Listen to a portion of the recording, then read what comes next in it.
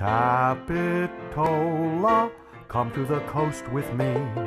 The sun and the sky are free. We'll play in the sand and sea. Capitola, paradise you'll adore. I'll take your hand there on the sand along the shore. We are here with Stanley D Stevens today, who is a historical researcher, former Capitola resident, and an authority on F.A. Hihn, who was a pioneer Capitola owner and developer. So we're very much looking forward to this interview. Stan, thank you so much for being part of the Capitola Memories Project. Thank you, Frank. Tell us a little bit about your background. Where did you grow up? Well, I grew up in Paso, Robles.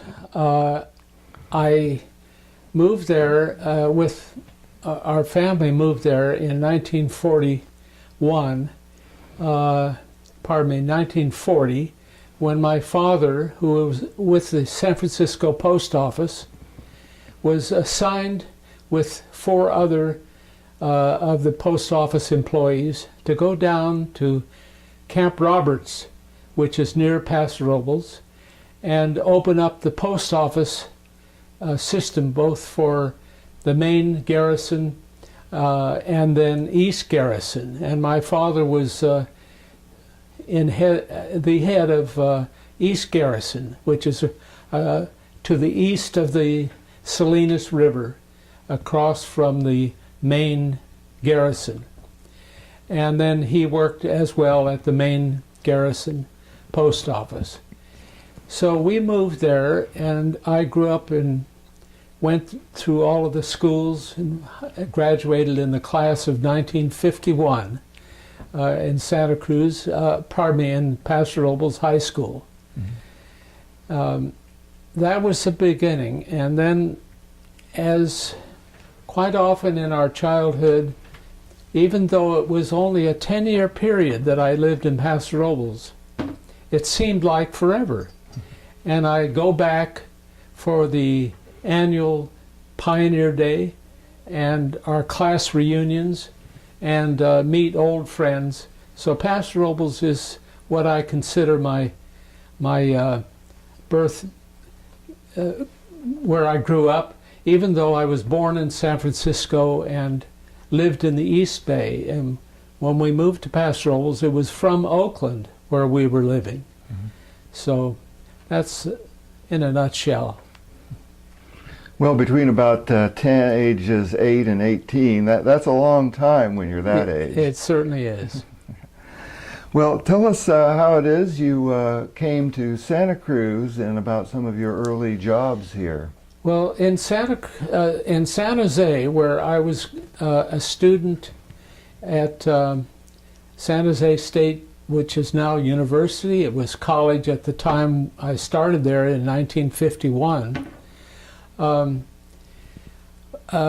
Carli Lewis, later Carli Stevens, my wife, we met in 1960 after I came back from the United Nations. I had been working there for a 3-month period during the General Assembly of the United Nations for the 14th General Assembly. And so when I came back, my good friend Sam Wea, who was a African-American student, foreign student at San Jose State, he threw a party. And he had somebody in mind that I should meet. And that person was also told by Sam, I have somebody that I would like you to meet. So wouldn't you know it, he was a good matchmaker. Carli and I met at his party, and the party for I was the honoree, coming back from the United Nations. And so Carli and I struck it up at that party, and 57 years later, we are still married. We got married in 1960. So we moved over here. Carli was working at the juvenile hall here in Santa Cruz, up on Emmeline Street. And this is a very early juvenile hall. So when we came here, her good friend from Long Beach, Sharon Cadwallader, she suggested that we move over to Santa Cruz because Carli was working there. I was working at the library at San Jose State. And so we came hell or high water to Santa Cruz, and we first moved right on this street, 13th Avenue. And we rented a place down the street, and we were there for about 9 months. Then we moved to Capitola, and we lived on a little house up on Fairview Avenue that was owned by Phil Walker, who was a mayor of Capitola at one time, and his wife. They both owned that house, and we rented from them. And so it was an interesting experience. At that time, I was working for Central Supply Company, which was later renamed Granite Rock Company, which is now over on Coral Street in Santa Cruz, near Costco. And what I experienced in that period in Capitola was very little because I was working all the time. But Carli had our first adopted child, Alex. He was a toddler, and one of the events that happened that made us move from Capitola was the fact that he started wandering down on his own down the hill. And if you know where the Hihn Park is, up on the cliffside above, just at the end of Fairview Avenue, he started walking down that pathway, and Carli said, "No, this has got to stop. We've got to move out of here. He's going to be heading off down to downtown Capitola, and we won't see him again." So we found a place in Santa Cruz on Plum Street in the Seabright area. We lived there for 12 years. And then one day I got a call. I was still, by that time I had moved from the job at Granite Rock Company was the name of the company I was working for. I got a chance to start at the University Library. And that was in 1965, before all of the students arrived, when I first started, and helped open up the new library. So I got a call from Carli at one time. This is about 1977. She said, "I found our house." And I said to her in response, "I didn't know we were looking for a new house." And she said she drove down 13th Avenue, which was the street that we first lived on when we came to Santa Cruz. And she said, "I found this house under construction, and I'm interested in it because it's in a wonderful place right next to the beach that we love so much." So we moved here in 1977, which is now more than 40 years ago, and here we are. Wonderful. Tell us a little bit more about how you got the job at UCSC and how you came to be in charge of the map collection. Okay.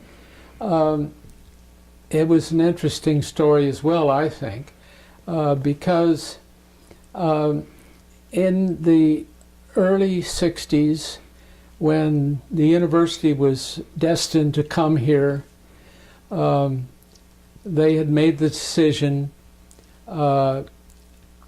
even though it didn't open until 65 for the first classes. Don Clark was the university librarian, and he was interviewed by Scotchy Sinclair, the editor of the Santa Cruz Sentinel. And Don Clark was such an interesting person. We read that interview in the paper, and Carli said, well, why don't you go out and get an interview, and maybe he will have a job for you. And so I went out to Cabrillo College, where the offices were located at that time. Dean McHenry, the chancellor, and Don Clark and their staffs were located at Cabrillo in temporary quarters before there was even a building on the UCSC campus.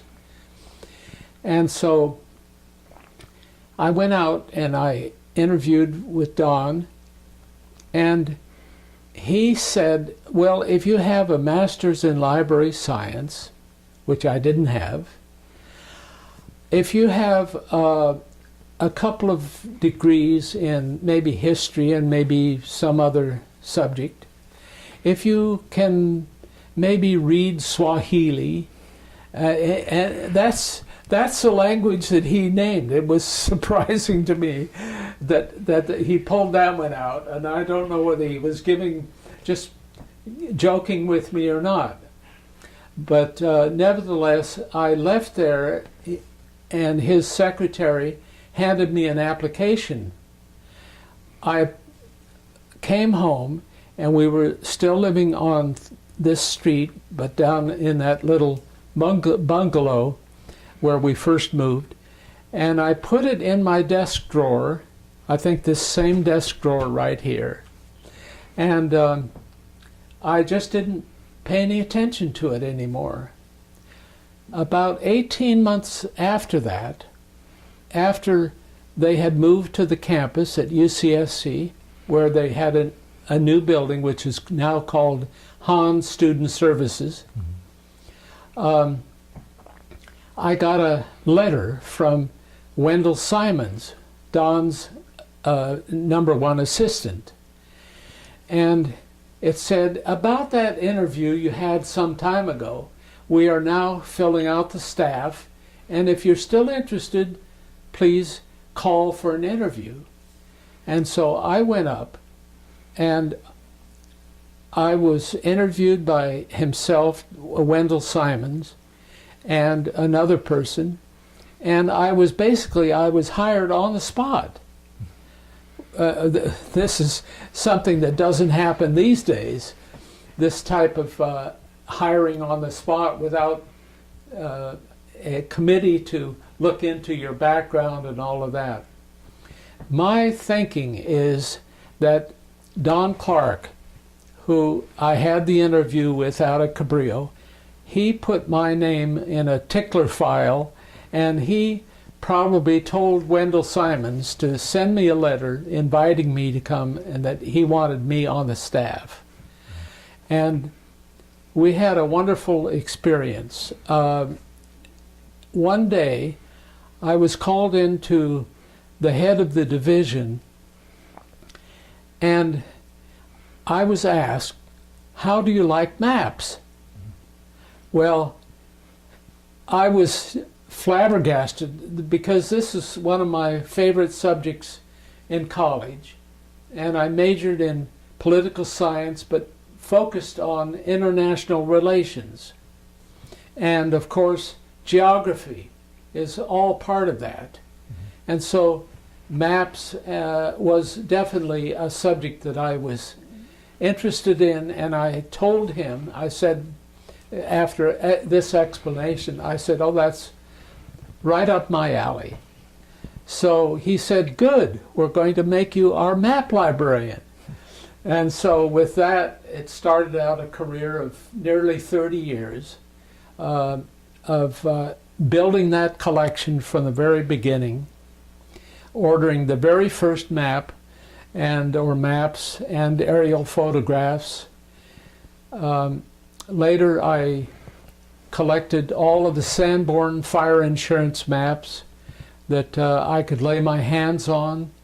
I borrowed from the Library of Congress. They very rarely loan out anything.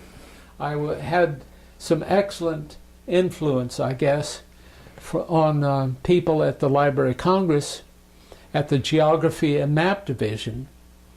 I went down to Cal State San Fernando, and I borrowed, it's called Northridge, in the San Fernando Valley. I borrowed from them everything on Santa Cruz County that I could lay my hands on, and I brought it back to Santa Cruz, and this assembly of Sanborn maps I filmed, and now we have online some that are accessible to the public, and the entire collection is still at the university library, at McHenry Library. So I had a great career and focused on maps of Santa Cruz County, and that was my main focus because no one else had done this. And so it was important for not only the university system, but all of Santa Cruz. And I think today people are still benefiting from the material that I collected at that time, early years. Whose decision was it to have that focus? Well, it was a joint decision between all of the map librarians of the UC system. So UC San Diego took the counties in their region, San Diego, Riverside, San Bernardino. UCLA took the ones in their area, Orange County, Los Angeles, and so on. And Santa Barbara took theirs.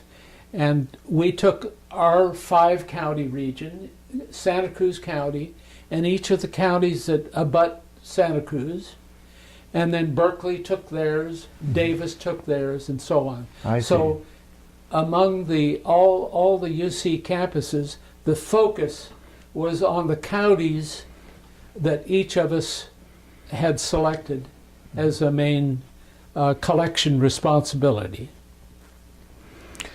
I know this is a question that could get a very long answer, but maybe if you could just briefly say why maps are so important to historians. Well, that is a good question, and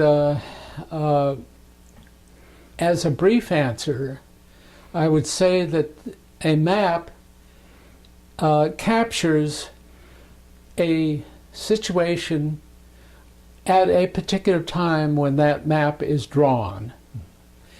And it captures, as the official map of Santa Cruz County was done in 1889, which Hihn, F.A. Hihn had such a part of, such an influence on. It captures the subdivisions that he was trying to sell property. It captures the land that he owned in the Soquel Augmentation Rancho and the Soquel Rancho, where Capitola is located today. So the map captures what can best be displayed in that form, in that medium. And it's a slice of time that it can be only best described in that format.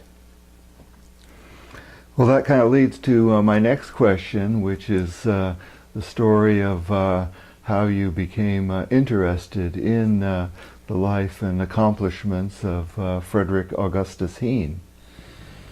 All right. I had been one of the staff members of the university library to be invited to go to the office of Donald Younger, who was a grandson of F.A. Hihn. After Donald Younger died, his widow Marion invited us, the university library, to go to that office and take anything that we needed.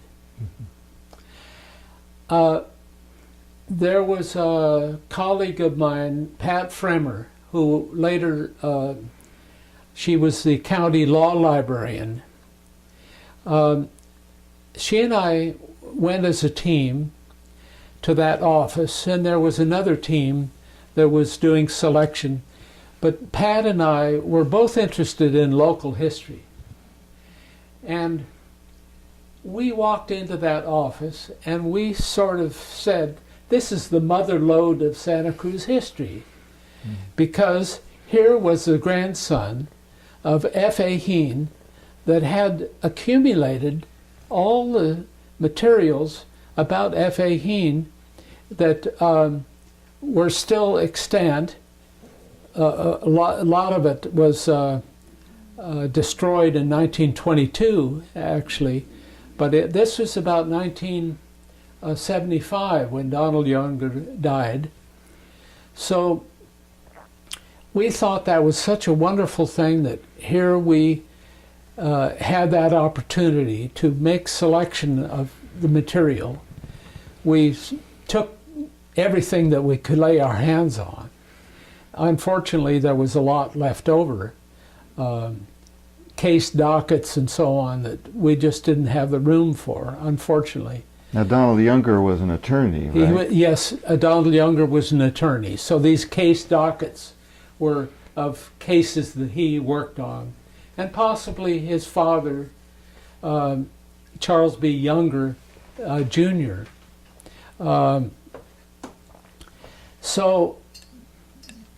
Then there was another example of how that not only piqued my interest, but later on, Hal Hyde, a notable member of the university community and also of Watsonville, and who lives in Corralitos today,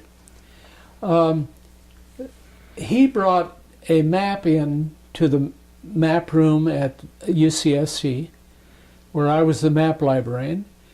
He brought a map rolled up, and it had been a classroom mounted, a map mounted for classroom display, and it had come from the Corralitos Public Library. And I opened it up, and here was the official map of Santa Cruz County, 1889, with, as I explained earlier, F.A. Hihn's subdivisions were all over this map. And that got me to, and looking at that map, you see all of the properties that are owned by F.A. Hihn. And I got to think about that. How can one individual have so much influence over the official map of the county, approved and signed by the Board of Supervisors? How can he have so much influence over these individuals to get his advertising on that map?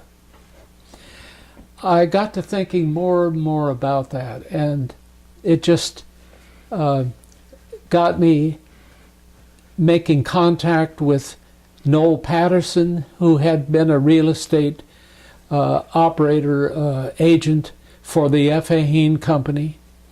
It got me looking at other members of the family, and ultimately I was given for the university library all of the materials that all of the members of the family had accumulated about him, including his diary from all the time that he came from Germany on a sailing ship in 1848, sailing around the Cape of Horn into San Francisco Bay for the gold rush.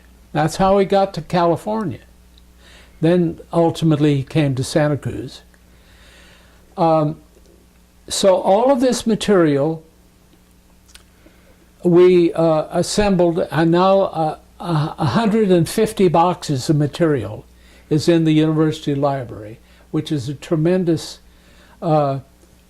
archive of material. And I have been working on him for the last 40 years, which is really a labor of love because I want to know more and more and more about him. And I've accumulated individual books about him and his various activities. And recently I've compiled and finished with the work, the assistance of Jennifer Fosgate, a collaborator, on the Hihn letters, 8,412 letters that we have indexed in full text, fully indexed, and they are now in book form and online at the University Library website. And so they're all transcribed, right? Completely transcribed. Wow. Mm-hmm. So that's just a tip of the iceberg when it comes to F.A. Hihn. Well, it sounds like understanding Hihn is an important window into understanding the county's history in the late 1800s, yes, early 1900s. Tell us a little bit about Hihn's role in Capitola. So he owned Capitola, right? He owned the entire area where primarily the village is located today. He did own quite a bit of property in what we would call the Opal Cliffs area. The primary area was the village, and he acquired that from the heirs of Martina Castro. This was the a portion of the Soquel Rancho that Martina Castro owned, and she owned the Augmentation Rancho as well. And he started developing the village in about 1875, I believe. It was a period of growth of the county, and there was a great influence on attracting visitors to the beaches and the mountains. And so Capitola was a resort community. I believe it was the first resort town in California. Or at least first seaside resort. The seaside resort, yes. Yeah, that's what we claim anyway, and nobody has challenged it yet. So he had a great deal of influence on developing in these letters that I have mentioned that we've just transcribed. 1911, there are a great deal of number of letters in which Hihn's own hands-on activity about building certain buildings and developing walkways and basically building the town. It was something that he took great pride in, And he was a hands-on person. He did not just, although he had two of his sons, two of the three sons, were active. Hihn directed these things. Whatever was going to take place in there, he supervised it. And so the letters that we've transcribed are good examples of his hands-on activity. Didn't he also build the first wharf in Capitola before it was called Capitola? That's right. And it was called Soquel Landing because, remember, it was the Soquel Rancho. Mm-hmm. So, and the Soquel Creek or river. Mm-hmm. I guess it was called the river at that time. Mm-hmm. And so it empties right there at the wharf. And he contracted with somebody that was later the executor of his estate. And that was 1857 that F.A. Hihn contracted to have that wharf built. One of the things that Hihn understood quite well was the isolation of Santa Cruz County because of the mountains, because of the ocean. It was hard to get to. And so he realized that in order to get our products that were produced here in Santa Cruz County out to the markets, which is primarily San Francisco, but also later on to San Jose and to some extent Monterey, we had to have transportation by sea, which was not too reliable because of the ocean currents and the storms, but by rail. He built the first railroad between here and Watsonville, the same main line that goes right through Capitola today. Mm-hmm. He realized that roads had to be built. He was very instrumental in helping build the roads between here and San Jose. So we have what we call the San Jose, the old San Jose Soquel Road, and that is a major highway in those times that Hihn was instrumental in building. So he knew the importance of transportation to get people and products to the market. And people had to go to San Francisco and various other places, so transportation was used for getting people up to the city. So I think that of many of the things that Hihn was responsible for, that is one of the things that, if you think about it, it endures today. Mm-hmm. One of the things that I think about his influence when it comes to transportation has been memorialized in Washington, D.C. at the Smithsonian Institution, mm-hmm. at the Museum of American History. The engine that F.A. Hihn had built for his railroad by the Baldwin Locomotive Works in Philadelphia and shipped out here by rail is on display in the Smithsonian Institution. A great tribute to F.A. Hihn's imagination about how transportation is such an important factor, and that beautiful engine that's on display in the Smithsonian is got F.A. Hihn's name written all over it. I've seen it in person. It's an amazing thing to see up close. Beautiful. And the mannequin of F.A. Hihn is standing there telling the story.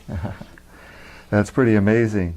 Now, he also built the Hotel Capitola, correct? Hotel Capitola. 1895, I think, is when they first started on that. Okay, and he had a great interest in hotels.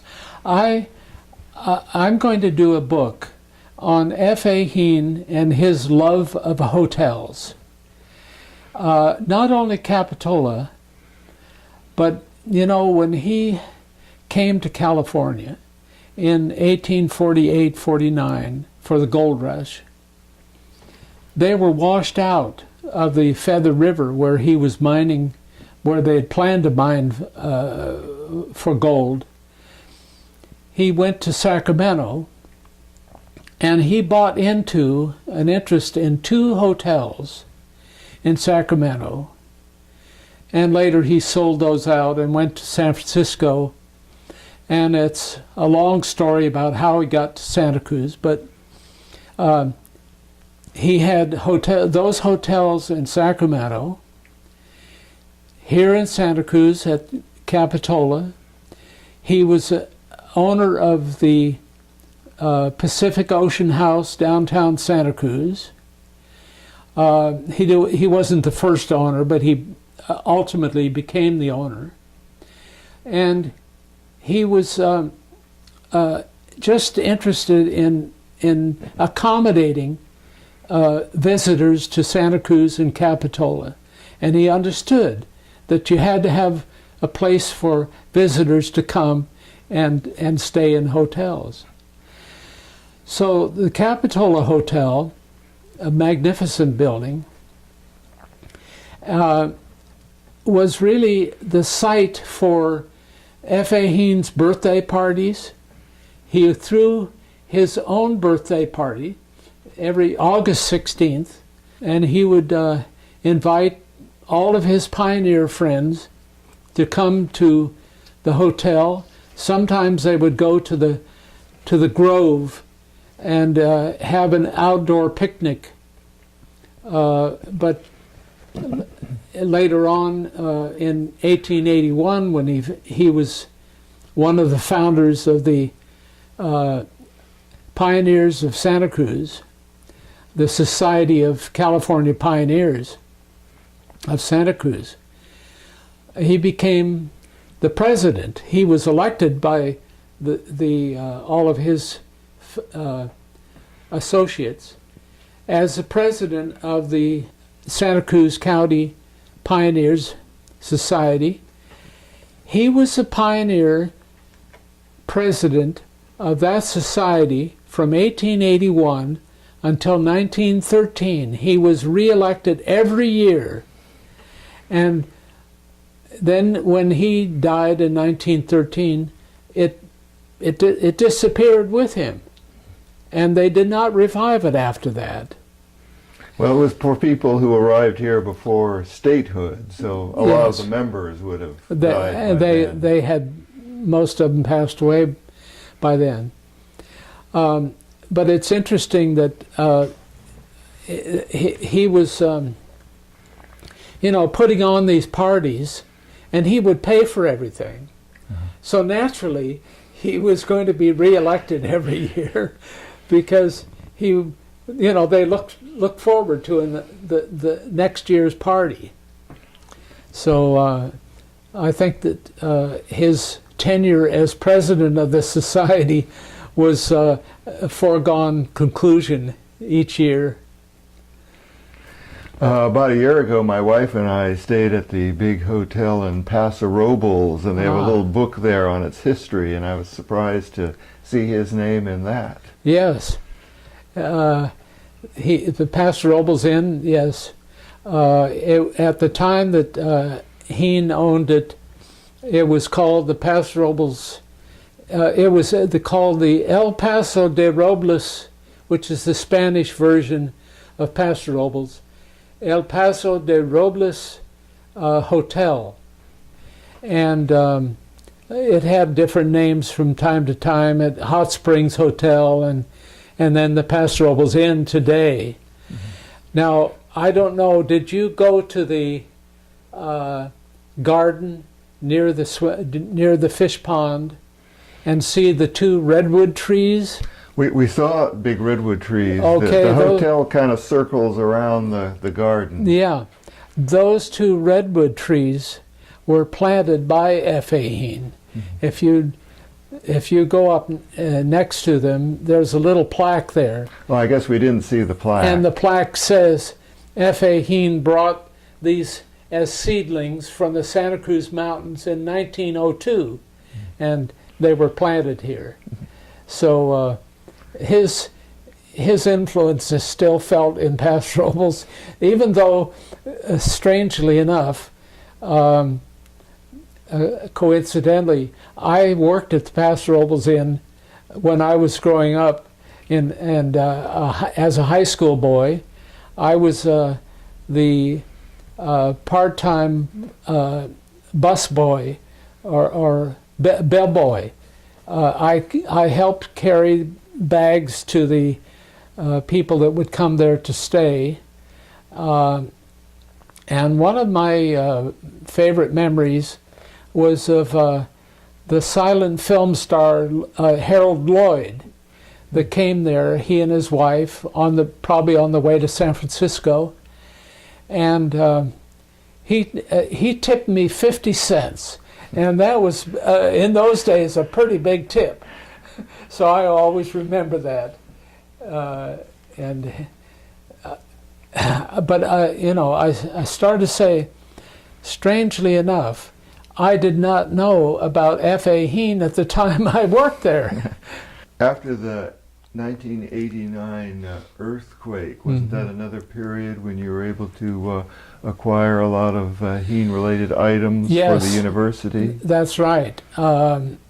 It was a traumatic event, of course, for those of us that were living in Santa Cruz and Watsonville. And I was working at the library at the time the earthquake hit.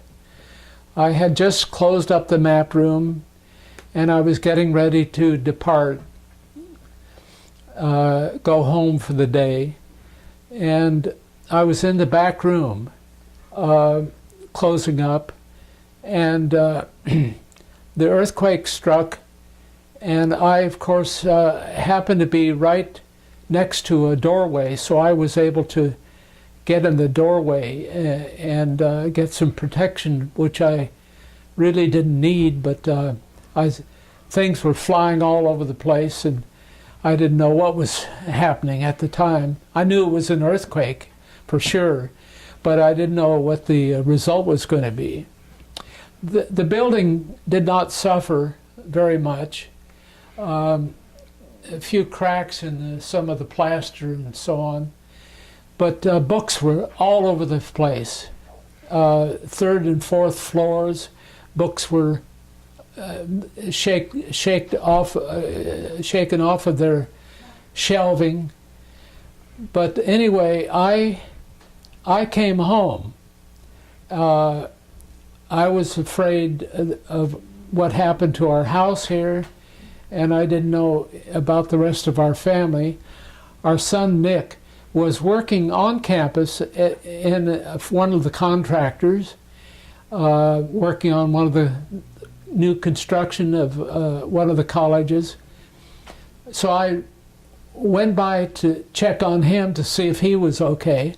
He was okay, so I came on home, and there was breakage all over the place. We lost we estimated over $6,000 worth of broken pottery and glass and everything, but everyone was safe. Subsequently, after a few weeks, the Hihn building downtown is where Noel Patterson, whom I explained was the longtime employee of the of the Hihn Company. I think he had worked for them for over 70 years. He was in his 90s at the time. And I had made contact with him earlier. And I was promised by him that all of his files would come to the university library, to the Hihn Younger Archive. So I had to arrange access to the building, to the Hihn building, because it had been condemned. And Gloria Hihn Welsh, one of the granddaughters of F.A. Hihn, she owned the building at the time. No, actually, she would be a great-granddaughter. She arranged for me to get access to the building, to retrieve all of Noel Patterson's maps and journals and all of that. He had been an assessor, and he assessed all of the state parks in Santa Cruz County for the state park division. So here were files of his evaluations, photographs, as well as maps and other documents that were really one-of-a-kind documents. So we were able to save all of that. Fortunately, Gloria Hihn's engineer knew about this arrangement I had with Noel. Noel was in his 90s at the time, and he was at home. He wasn't on the scene at the time. But Gloria's engineer knew of the arrangement. He bagged up in plastic bags all of the things that were in Noel's files, and he brought them down to curbside. So all I had to do was to load them up into my car. But I had arranged in advance of that with Gloria to actually go in the building myself and retrieve all of that. And so I didn't know about this kind engineer of hers that did this, but I had signed the waiver of not only Gloria's liability, but the city of Santa Cruz liability, and maybe even one for FEMA, who was taking that building. You know, they had taken a lot of charge of a lot of the buildings that had been destroyed and red tagged. So I had signed all these waivers. I had been given a hard hat to go into the building. And as I approached the building, here was all of the stuff on the curbside. And I just had to load it in my car and take it to the library. So you didn't have to risk your life after all. Didn't have to. But you would have to get those. Absolutely. I know you've been involved with a lot of different aspects of local history. One of them is a group that meets at MA once a month for people doing research on local history, called Researchers Anonymous. Tell us how that got started. Well, that was something that I had felt that we needed in Santa Cruz, an organization that was informal, but a gathering place for local people that wanted to share stories, wanted to learn how to do research, and basically, you know, focus on Santa Cruz County history. And so I made this proposal, and I suggested to the people on the staff at the Museum of Art and History. At that time it was called the Museum of History, later merged into the Art and History Museum that we know today as MA. So the very first meeting we had, Don Clark was still alive at that time, and he came to the meeting. And a few of us, I think maybe you might have been at that meeting. You know, I missed that You first meeting, and I've always regretted it because it would have been the last time I saw Don. That's right. Yeah. So anyway, we formulated this informal group, and I think that was in 1993. I had just retired from the university, and so we've been going ever since, 25 years. Wow. And it as you say, meets once a month. It's amazing how many new topics come up all the time about people that are interested in doing some research on a particular topic that has not been touched by anyone else. Now, didn't the Santa Cruz County History Journal sort of grow out of that? Well, yes, it did. I think that the Santa Cruz County History Journal, which is now working on the 9th volume, I have some of the history journals right here. I want to show number one. This particular history journal, which was our first one, was 1994. So that did grow out of the Researchers Anonymous. And if I recall correctly, this wonderful cover was designed by yourself. That's correct, yes. And your wife Jill was on our committee to formulate this, and Rachel McKay was the coordinator. She was the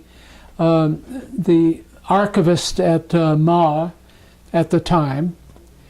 Alberta Orlando, yourself, Marion Pokriatz, Phil Reeder, and myself as project manager. And then Joyce Miller was also very much involved in the publications committee.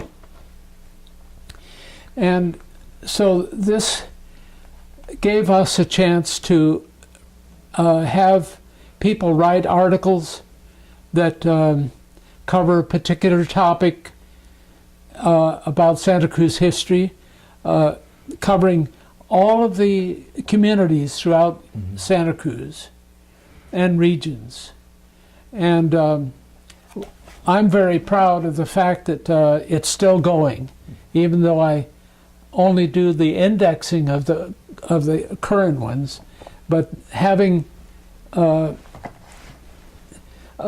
started that now since 1994, and it's still going strong.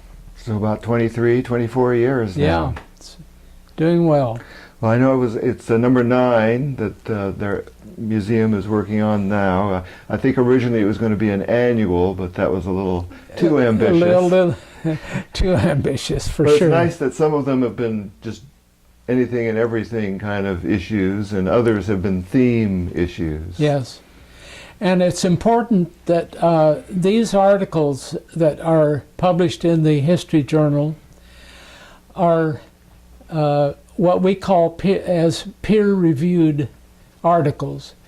So an author submits the article to the publications committee and the editorial committee, and then it is farmed out to people that know more about it than possibly even the author of the article, and it's fact-checked, so that what we publish is as accurate as anybody knows the real facts.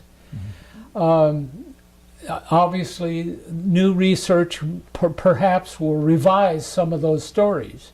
But at the time it's published, it has gone through a process of being researched and peer-reviewed and fact-checked. I've noticed through the years that unlike a lot of researchers, many of your projects have been designed for helping other researchers, such as the Every Structure Tells a Story book, or your volunteering to index history journals and some of the local books. Is that partly because of your library background and your career of helping others for so many years? Yes, it is. I think that those nearly 30 years that I spent in the map room, I experienced people coming to me, and not only for local history questions, that they would want to see a map of a particular period or a particular area, but certainly just in general, people would ask questions about places. And so I was very much interested in developing these resources for future researchers, and the general public being able to have access to information that other people have worked on and has compiled. One of the most important works that I played a role in was the development and publishing of Santa Cruz County place names. As you recall, Don Clark, the former university librarian at UCSC, retired in he came here, and as I had earlier mentioned, about 1963, 62 perhaps, and then he retired after about 10 years as head of the university library.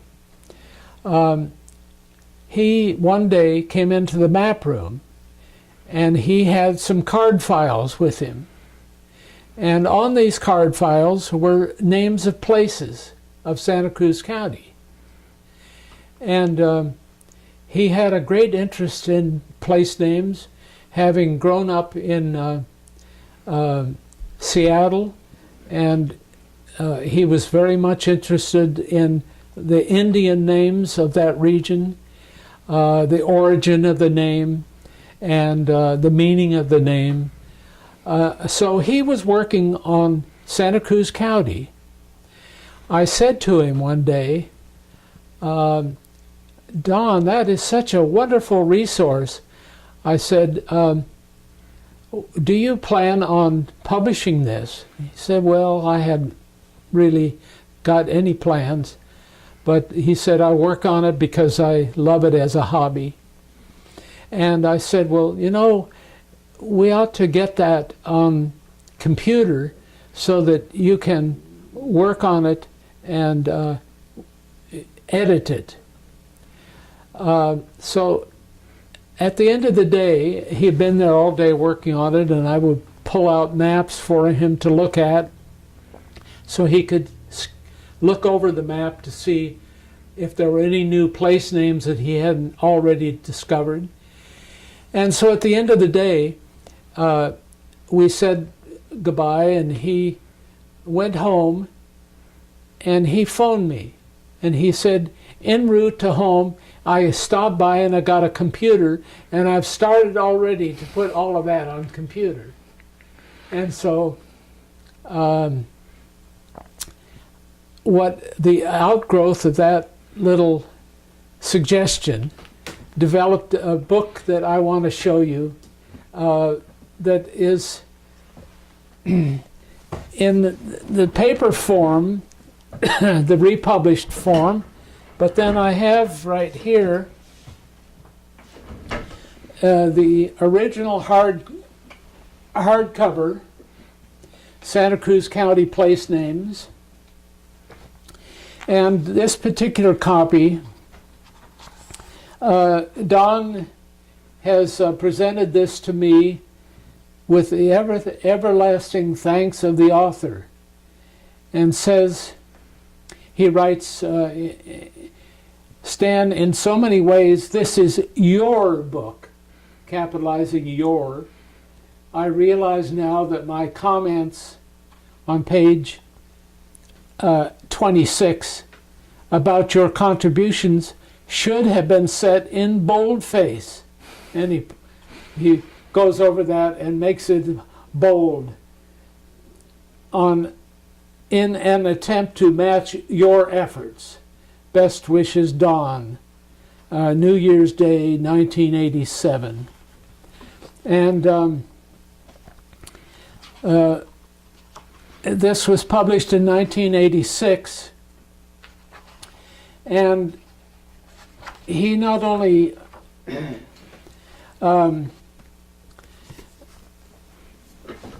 worked on that for so many years, probably the entire length of time from 1962, 61 perhaps, when he arrived here, to 1987. So 25 years of research went into this book. Well, it's a wonderful reference. I probably look in it at least once a week, look up something.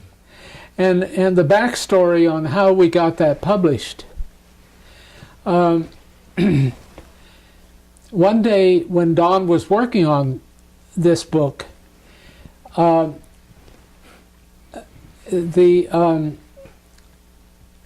got a phone call. I had got a call from Jim Hammond, who was a Seabright resident, he and his wife. And Jim Hammond was somebody that I knew from Santa Cruz County Bank. And Jim was a great friend of Fred McPherson Jr. Fred McPherson Jr. was a publisher of the Santa Cruz Sentinel. And Fred McPherson, of course, had been born here in Santa Cruz and was the grandson of the founder of the Sentinel, Duncan McPherson. And Jim told me that now that Fred McPherson had retired, he was interested in local history once again. He had been the president of the Santa Cruz Historical Society in, I think, about 1945. And so he said he would like to bring him, Fred McPherson, into the map room and take a look. I said, please do so, bring him up. Don was there.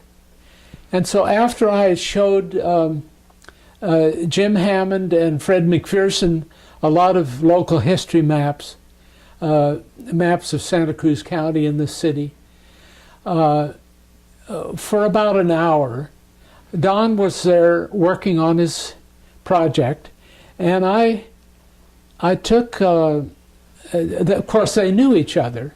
Don had known both Jim Hammond and Fred McPherson quite well. So there was not that much of an introduction, but I said, I want you to just see what Don has been working on, to both of them. And so I showed them that, and then they went on their way. And as they left the map room, I got to thinking, I wonder if Fred McPherson would have some extra money lying around to help sponsor the publication of that book.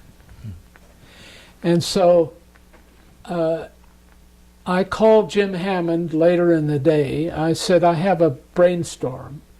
And I said, I would like to know what your opinion would be of me approaching Fred McPherson and asking him for enough money to publish Don's book. And Jim thought that was a marvelous idea. So I called Fred McPherson, and I just told him what I was interested in. I said, may I come and visit you? So I went to his home in Paso Tiempo, and we sat down. I explained what I had in mind for publishing Don's book, and he said, I'd be happy to do that. And he said, how much money do you want? So I said, well, we don't know exactly how much we're going to need, but I think about $25,000 would do it. And so he said, fine, and he said, would you put that in writing?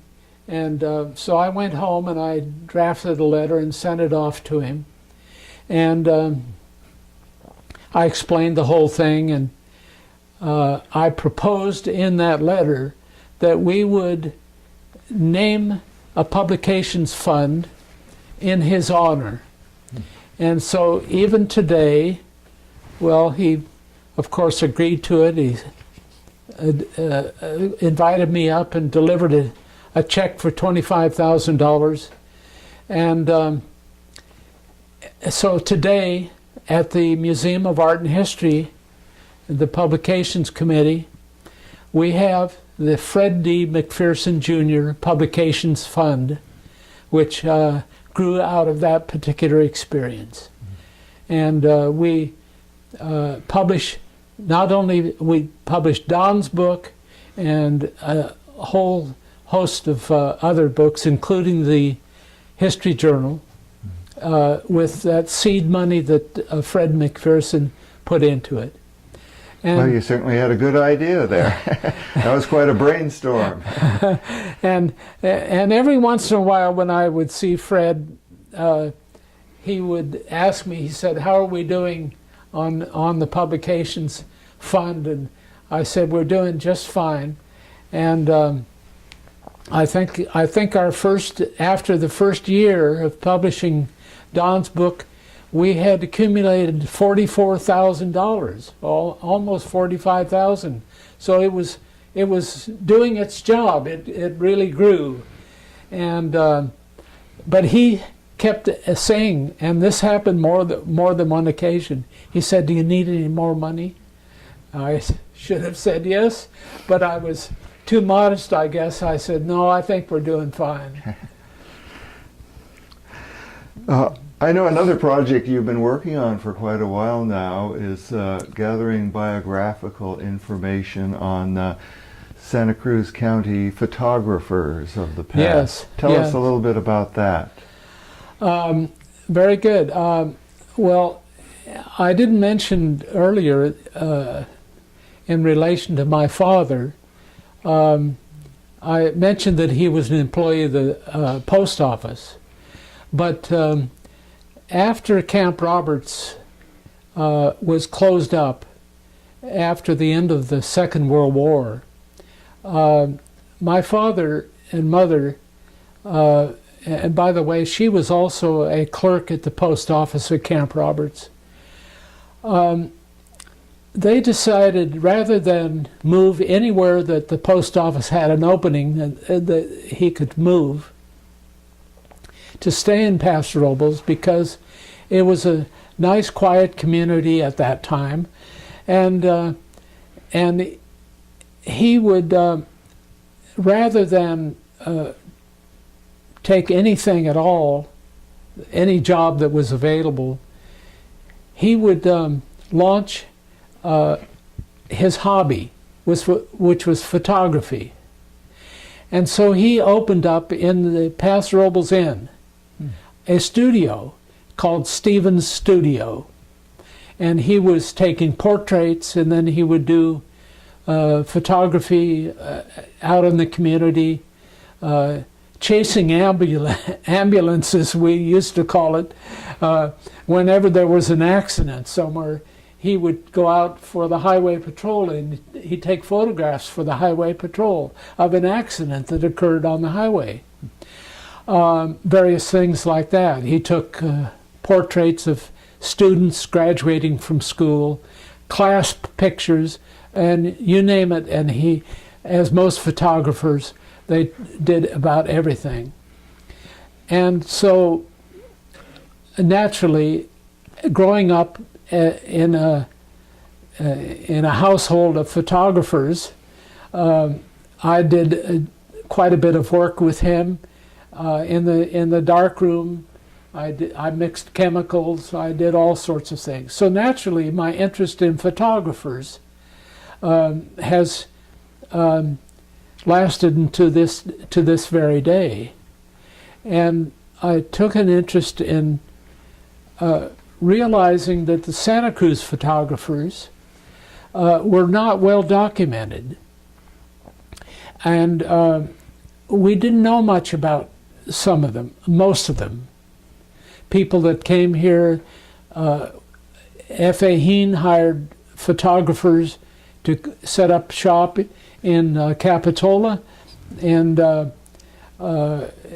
in a little studio, and they would just be there maybe for the summertime, and then they would leave. The people that would have studios in Santa Cruz or Watsonville or up in the San Lorenzo Valley, there are a lot of photographers that we maybe have over the years, say from 1850 to 1950, which is a 100-year span that I'm concentrating on, maybe 200 photographers have been here and taken photographs, some just passing through.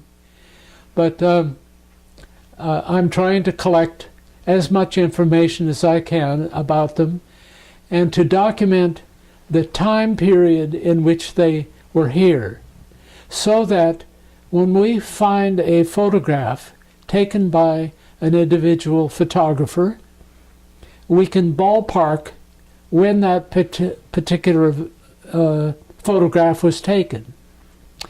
And for an example, I have the photograph of F.A. Hihn's mansion, which was located in downtown Santa Cruz, where today the Santa Cruz City Hall is located. And that mansion, shown in that photograph, was taken by an unknown photographer. I've made guesses as to who it might have been, but it's not labeled. So we're not certain about who took it. But we know what the time span is. And so we can probably guess on who it is and make a fairly good judgment about who took that photograph. And so that's part of the purpose, not only to collect the biographical information about the individuals and who they associated with, who they worked for in some cases, but also to be a tool for archivists, museum curators, and the like, to be able to focus in on that particular photograph and the biographical information about the individual and try to pinpoint when that photo was taken. So it's a tool, very much like my other work that I've done in producing indexes and compiling materials that other people can use for developing local history. Mm-hmm. I see. Yeah, well, it's. I hope you'll get that either as a book or a website or something someday. Right. I heard you share a story about meeting Eleanor Roosevelt. Would you tell that story again? Oh, yes. I had met Eleanor Roosevelt at a conference in 1960 I was very active in Model United Nations at San Jose State University in the 1950s, and I was president of the International Students Organization, which we sponsored the Model United Nations, and I went back to Sarah Lawrence College in 1959. And as a result of that visit to that conference, I made contact with an individual at the local office there in New York and said, I would sure love to be able to get a job across the street at the United Nations. And she said, well, what do you want to do? And I said, well, I'm interested in conference services. And so she said, well, I'll give a call to a friend over there in personnel. Make a long story short, I got a job, as I think I mentioned earlier, in 1959 for the 14th General Assembly, and I was a conference officer for the Security Committee, and I came back after that experience, which was only a 3-month experience. And then the following year, 1960, I went back to the same conference. And I thought, well, I'll go into the office of the Collegiate Council for the United Nations, of which I was representing San Jose State at this conference. So I walked into the building where their office is located. I walked into the elevator to go up to the 3rd floor, 4th floor, wherever it was, and somebody walked in behind me. It was Eleanor Roosevelt. So we chatted and figured out that we were going to the same place. She was going up there because her grandson, John Bottinger, was the president of the Collegiate Council for the United Nations. So she was meeting him up there. This is all before the banquet that was going to be held at Sarah Lawrence College that evening. And so I went about my business, she went about her business, and we didn't see each other again until Sarah Lawrence College, and that same evening. And she recognized me, and she said, well, why don't you join us for dinner? And so I got to sit at her table.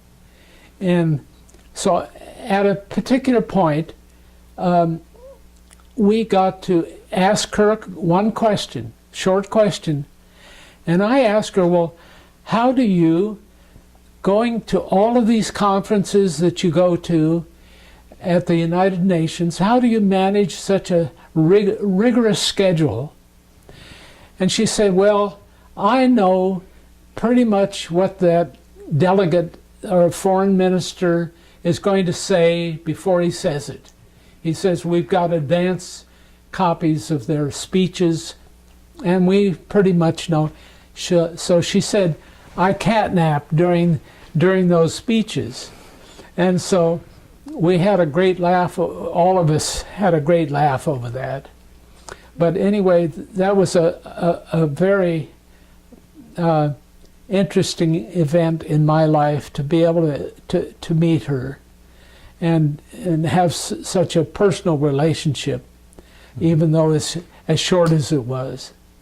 And she came to Cabrillo College that following year, 1962, and sadly, after she had been here in Santa Cruz the same year, she passed away in New York.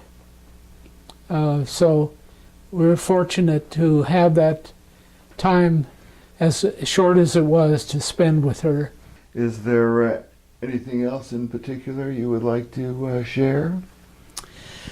Well, I'd like to mention that my interest in F.A. Hihn has been recognized by the German, it's called the German Historical Institute in Washington, D.C.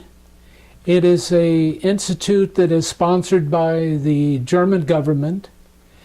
They have seminars, they have conferences, and they sponsor lectures. They sponsor individuals' research. And they invited me to write a biography of F.A. Hihn. And so I wrote a biography, and one of the staff members did some editing, so the two of us, our names appear as co-authors of this article. It's a biography that appears on the website in the period, they've broken it down into segments. And so F.A. Hihn is on the entrepreneurship segment of, so the entire world gets to see, if they find that particular website, and read some of my work in documenting F.A. Hihn's life. So that's kind of an interesting benefit, I think, that as a result of my work. Well, Stan, thank you so much for being part of the Capitola Memories Project. Thank you very much, Frank. I appreciate it.